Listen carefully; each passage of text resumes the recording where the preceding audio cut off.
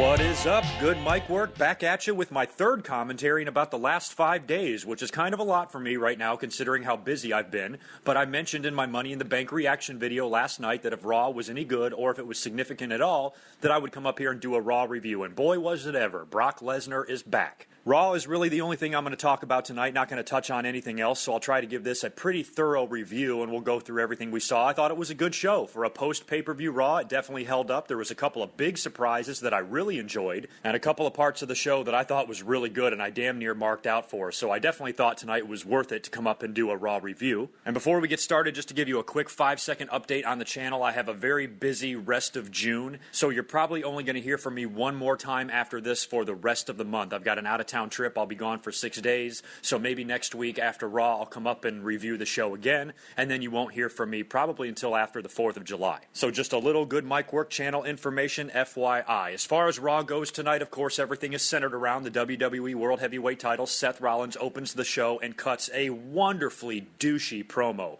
The douchiest of promos that you can possibly cut. Thanks no one but himself. Reminded me of when Owen Hart stole the Slammy and thanked himself and only himself, and nobody helped him, including his family or his lousy, rotten, stinking brother Brett. Rollins basically came out there and did the same thing. He doesn't need J&J security. He doesn't need Stephanie. He doesn't need Triple H. He did it all by himself. Talks all of this shit. Got a ton of hometown team heat from the Cleveland crowd. Called out Johnny Manziel, who was sitting in the front row. Called him Johnny Idiot Face, which I laughed my ass off. And even called out LeBron James. I mean, the NBA Finals could wrap up in that very building tomorrow night. He's in Cleveland. So he was giving it to the crowd, and they were ready to fucking kill him. Dean Ambrose runs out to the ring. They start brawling. Seth Rollins retreated up the ramp and runs away. Dean Ambrose goes out and gets a chair, sits right in the middle of the ring, and does the old "I'm not leaving until you come back out here" thing, where he hijacks Raw. They go to commercial break. They come back. Seth Rollins is in the backstage area. He found the Authority, and he's bitching at them. What are you going to do about this guy? He's sitting out there in the middle of the ring. You know, you need to do something about it. And Triple H is like, calm down. It's handled. You've got bigger problems to worry about tonight, including your next opponent, which we're going to announce in the main event segment. And while all of this is going on, and one of my favorite parts of Raw, Dean Ambrose is sitting in the ring in a chair watching Monday Night Raw on the Titantron. To me, that was fucking hilarious. I got the biggest kick out of that. Until finally Sheamus shows up. Mr. Money in the Bank comes down to the ring and says that the Authority sent him out there to have a match with Dean Ambrose and to get him the hell out of there. So the two of them have a match. Dean Ambrose actually scores the win with some help from Randy Orton, who Sheamus is now feuding with. And that whole segment is over with and done. In the meantime, I think Seth Rollins has another run-in backstage with J&J security. Even Joey Mercury got in his face. I thought that was awesome. Why not? Put Joey Mercury back in the ring. He could definitely do some talking. I thought it was great. Hell, put the tag team titles on J&J security. Who cares? Those guys would get over. They'd sell some t-shirts. I'd have no problem with that at all. I thought it was very cool. So definitely they teased a future match between Joey Mercury and Seth Rollins. Wouldn't be surprised at all if we see that on a SmackDown or some shit. But now as we fast forward to the end of the show, the Authority, of course, comes out to the ring. Now, a lot of us kind of knew it might be Brock. I think news broke of this a couple weeks ago. I think even a pay-per-view poster was leaked for Battleground, and plus word was let out that Brock and Paul Heyman were backstage at Raw today. So you kind of had a feeling it was going to be him. Just as the Authority is about to let us know who Seth Rollins' next opponent is going to be, Seth Rollins has to come out there and run his mouth some more. And I loved it. Seth Rollins is so good at being that way. He is completely out of his mind. Totally fucking delusional, egomaniac, and I love it. And he's just going on and on and on about how great he is. And then finally, Triple H says, fine, you know what, motherfucker? The pressure's on now. And we're going to find out if this lump of coal with a belt around his waist is going to be turned into dust by the pressure or if he's going to be turned into a diamond. And that very moment is when Brock Lesnar's music hits. And Seth Rollins, it was so great. He had his back to the Titantron. He was looking at Triple H. And as soon as Brock's music hit, he gave Triple H a look like your dog kind of looks at you sideways if he doesn't understand you. You know what I mean? He kind of cocked his head. He was like, oh, shit. He was literally pissing his pants. And then Brock gets in the ring. He stares him down. Seth won't even look him in the eye. He's scared shitless, retreats, backs off, hops out of the ring, and gets the hell out of there. A much tamer Brock Lesnar than the last time we saw him. He went completely apeshit on Seth Rollins the night after WrestleMania. So I guess this is part of the conditions of his release from suspension. The Authority are the ones that actually brought him back. So they might have told him, hey, you're unsuspended, but you got to behave yourself. So there was no physicality at all, which is fine. They got plenty of time to build for Battleground. It's not like the show is in 2 weeks. And Paul Heyman was even out there, didn't say a word. He probably did cut a promo of some kind for the live audience after the show. I would almost bet on it, but didn't really do anything on the live broadcast. And Brock just kind of came out there and stared at Seth and said, "You are fucked, buddy." So the match is set. It's going to be Seth Rollins defending the WWE title against Brock Lesnar at Battleground. How do I feel about that? I'm fine with it. I usually cast aside Battleground as a meaningless pay-per-view. I usually don't like it, but this time it's a decent amount of time away where they can build nicely for this. So far, Seth Rollins and Brock Lesnar and Roman Reigns and Bray Wyatt and Kevin Owens and John Cena, that ain't too shabby on paper.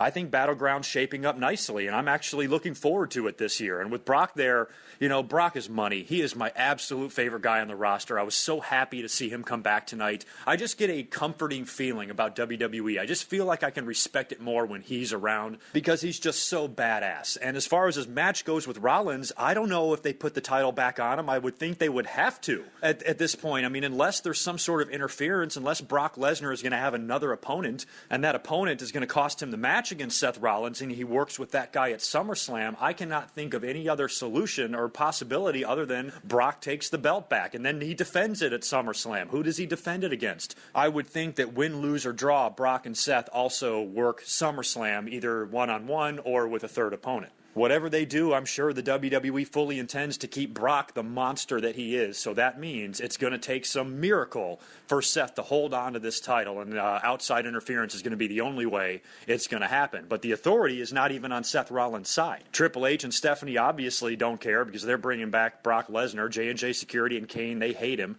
The other matches so far are looking pretty damn good, and it is probably going to be a better-than-average pay-per-view. So at this point, I'm rooting for Brock to take the title off of Seth. I love Lesnar. I love seeing him as champion, and I wouldn't mind seeing it again. So there's lots of time to speculate on this. By the time my next commentary rolls around, a whole lot will probably have changed, and maybe we'll have a better idea, maybe what direction they're going to go. But as of right now, I don't see how Brock can lose this match. As far as what else we saw on the show, the other big, wonderful angle that we saw, Kevin Owens came out and cut a promo. No John Cena on the show tonight, selling the beatdown that he got from Kevin Owens. They are continuing this feud in an awesome way. I'm a big fan of this program. So far, I'm all on board with it. And look at what Kevin Owens is doing. I just said last night in my reaction video, for anybody, and I'm sure there's lots of them, who were freaking out if John Cena won, that match was great. And it was, John Cena barely escaped with the victory. Yes, it was clean, but it was hard fought. It was awesome. He even tried to put over Kevin Owens at the end of it, and then Kevin Owens beat the shit out of him, and John Cena was the one carried out. And then tonight on Raw, Kevin Owens comes out to the ring and just completely no-sells the loss and says, "John Cena, you disrespected me by trying to shake my hand, saying I deserve to be here. No fucking shit, I deserve to be here. I've been doing this forever. I am not scared of the stage. I'm not scared of you.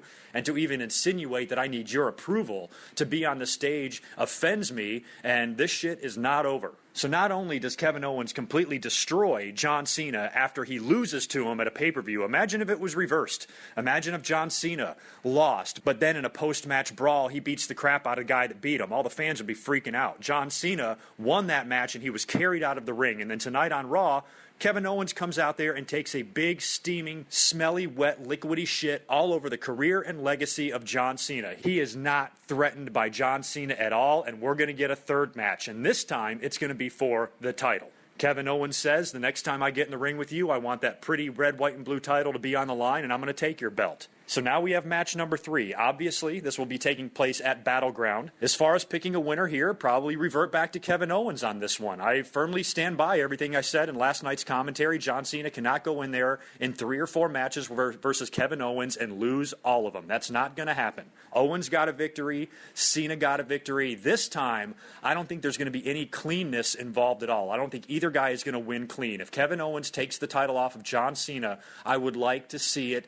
come from cheating or some help or basically just not clean in some way, shape, or form. And another thing that this third match almost guarantees is that there probably will be a fourth match. That is, unless, of course, John Cena beats Kevin Owens clean, which right now I don't see happening. Now, there's a lot that can happen in the next 5 weeks on TV. Maybe we'll start getting that sense that that might happen in the next couple of weeks. But from where we sit right now, I can't see John Cena going out there and beating him again, ending the feud, and sending Kevin Owens off running with his tail between his legs. That ain't going to happen. WWE made Kevin Owens. They want another top roster guy to feud with all of these great stars that they have. Think about when Owens is done with Cena and he's now an established top star on the roster or a top tier talent on the roster. Think of the great feuds he can have in the future.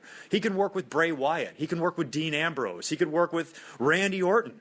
Randy Orton would be another great guy for him to target since he's targeting John Cena right now. Maybe Orton can be his next feud, and maybe he can take 2 out of 3 in a program with Orton. So maybe that's even a possibility for Kevin Owens. I think that's far-fetched. I don't know if the WWE is going to put him over that strong, but as it stands right now and the way it looks, they really have a ton of faith in him. They're even trusting him with celebrities, as we saw tonight, which I'll talk about in a minute. So at this point, yeah, I actually am rooting for him to take the U.S. title from John Cena. I think that would be great. They will have to have a 4th match. I think a 4th match is inevitable. If he worked 4 with Rusev, he'll definitely work 4 with Kevin Owens, which makes me think we might have some sort of big kick-ass blow-off at SummerSlam.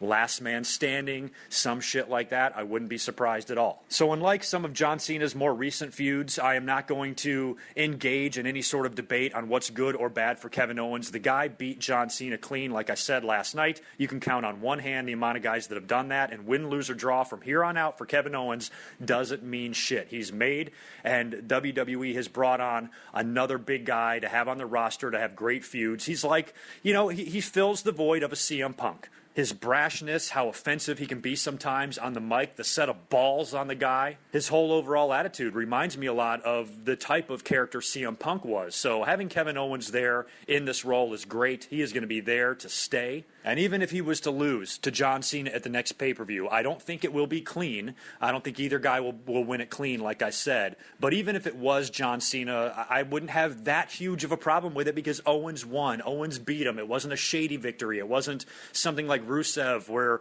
John Cena passed out, or something like Bray Wyatt where he needed help from the little kindergartner to win the cage match. This was a straight-up clean win. The next match could have gone either way. It went right down to the wire, and Kevin Owens just barely lost. So even a loss in this match for Kevin Owens will not devastate his career at all. But winning the U.S. title and knocking off John Cena 2 out of 3 will be pretty rad. The NXT title is a whole nother issue. Owens, after his promo, actually issued an open challenge, which you thought was going to be for the NXT title on Raw. Dolph Ziggler accepts the challenge, and the two of those guys go out and have a great match. See what I mean? It's so exciting to have Kevin Owens on the roster. Think of all the great matches he can have and the great feuds and great programs going forward after he's done with John Cena. So this was just a little taste of the many, many dream matches that we can have involving Kevin Owens in the WWE. So he gets in the ring with Ziggler, has a great match, and beats him. So just like that, he's bounced back. He lost to John Cena in a brutal match 24 hours ago and then turns right around and beats one of the top guys on their roster. You see? Nobody's being buried here. But what I'm wondering, as it concerns the NXT title, they got to get that thing off of him, because at this point, NXT title should be in NXT. That's a great brand. We're all huge fans of NXT. And I know they do have another big show coming up on the network here shortly, so that should be the place that he drops the belt, because he doesn't need to be carrying that thing around on the main roster. That's for NXT. I didn't mind it at first when he first showed up with it, but at this point, they got to get that thing off of him so he can concentrate on being the main roster guy, feuding with Cena, U.S. title, the whole deal. He can't be holding 2 belts, so hopefully he'll drop the NXT title and then win the U.S. title at Battleground. And then they can set up something sweet at SummerSlam. I think a really nice, well-thought-out gimmick match with these two guys, Cena and Owens, at SummerSlam could be really entertaining.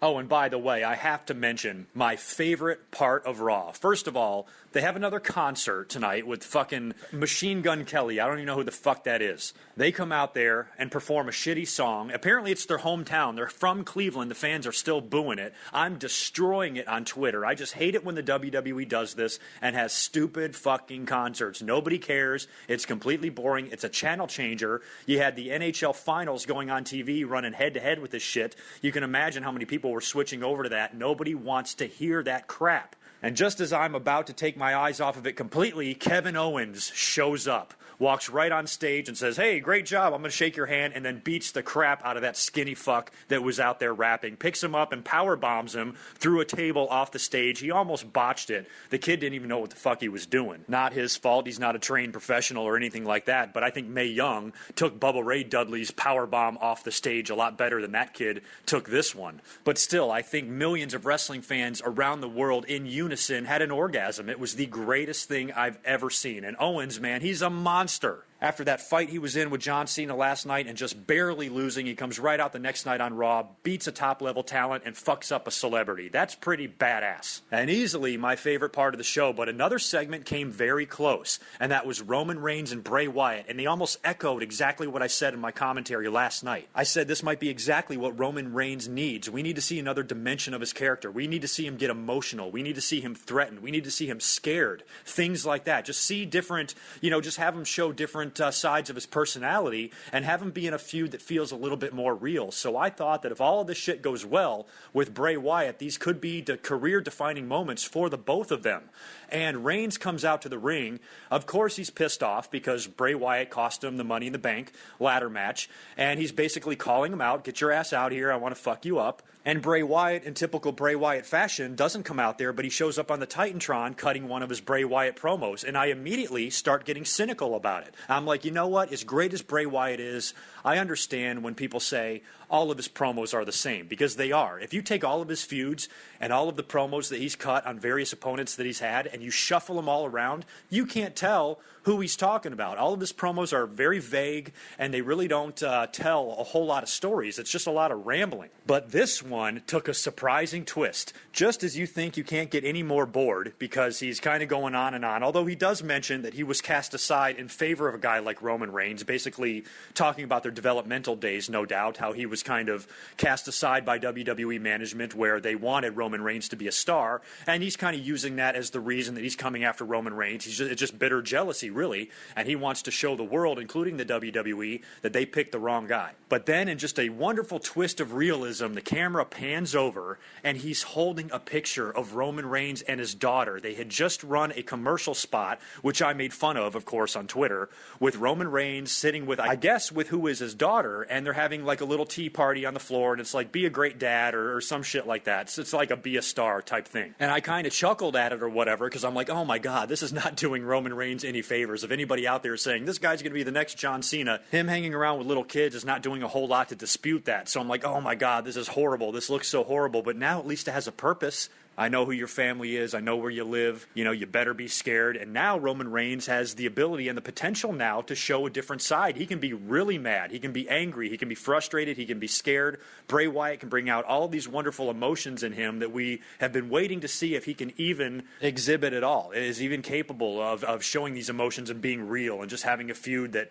is just emotionally driven. And on top of that, the matches won't be bad. These guys are great. I mean, Bray Wyatt is fantastic in the ring. Him and Roman Reigns have had run-ins in the past. They were both leaders of their respected factions, and I think the program could be good. In the end, you have to know going into this, Roman Reigns is going to win this feud. I hope nobody's going to be too pissed about that. As long as the feud and the matches and all the build surrounding it all is good, I really don't care who comes out on top. But again, this is WWE stalling on Roman Reigns. They want him to be the man one day, but they also know the fans aren't accepting it right now, so they're putting him in other feuds to keep him busy. And Bray Wyatt, I think, is a perfect opponent, but regardless of what happens, I expect Roman Reigns to win at least 2 out of 3 of these matches. So that was basically the meat and potatoes of Raw. That was all the good stuff. I will touch on a few other things about the show that I liked. A couple really hilarious parts of Raw, both commentary related. Ryback is out there doing commentary versus The Miz and Big Show match. Big Show picks up The Miz and throws him into Ryback, who's sitting in the announce chair.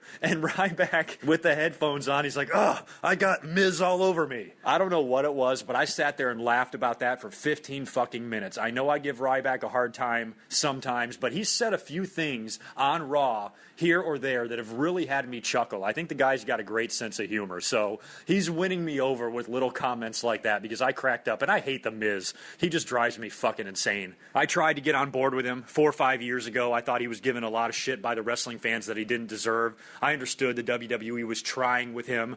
They're saying, we need another guy on the mic like a Rock or a Cena, and they gave him the opportunity. Of course he failed. The Miz is a douchebag. And Ryback didn't even want his squirmy little ass landing on him. Oh, I got The Miz all over me. I just laughed my ass off. Also on commentary, R-Truth comes out there. He's kind of going out of his mind. He's starting to not know what he's doing. A couple weeks ago, he came out and tried to cut a promo about Money in the Bank, and then Kane was like, what the hell are you doing out here? You're not even in the match. And now he shows up and sits down on commentary wearing a fake crown and a cape that looks like it's made out of a hotel towel and a plunger that's supposed to be a scepter. He looks like a Flava Flav slave out there or something, dressed like a complete nutcase. I think he thinks he's the king now because he beat Wade Barrett on the pre-show of Money in the Bank. So now he comes out and does commentary, and JBL's like, hey, R-Truth, just so you know, you're not on commentary tonight. You're in a match. You're in a match against Wade Barrett. He's in the ring waiting for you. And R-Truth's like, what? Nobody told me that. And then he gets in the ring and still beats Wade Barrett. Hell yeah, good for you, R-Truth. How can you not love R-Truth? He's hilarious. And I don't want him to turn completely into a Santino or a Bo Dallas, but if he keeps coming out there and doing things here or there, like he comes out in the wrong parts or wrong segments and he doesn't know what he's doing, that can be a little bit funny, and I got a chuckle out of it. Also, in the opening match when Dean Ambrose beat Sheamus with the help from Randy Orton, Sheamus got his revenge. Randy Orton worked with Kane,